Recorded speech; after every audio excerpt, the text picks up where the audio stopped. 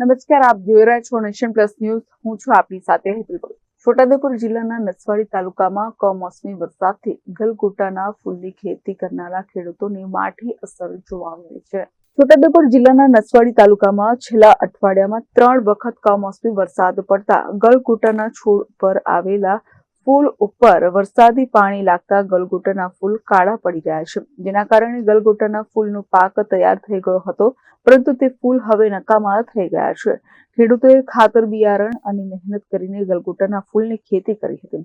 લગ્ન ગાળાની સિઝનમાં ગલગોટાના ફૂલ ખેતરમાંથી જ લોકો લઈ જતા હતા અને સારો ભાવ અને ખેડૂતને ટ્રાન્સપોર્ટેશનના ખર્ચ બચતો હતો, જેનાથી આ આવકમાંથી ચોમાસાની ખેતી તેમજ બાળકોના શિક્ષણની ફી ભરવામાં આસાની રહેતી હતી. પરંતુ કુદરત રૂપતા ગલગોટાના ફૂલની ખેતી કરનાર ખેડૂતો પાયમાલ થઈ ગયા છે.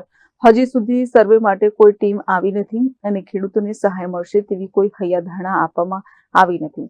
તંત્રની નિષ્કાળજીના કારણે ખેડૂતોને સહાય મળતી નથી.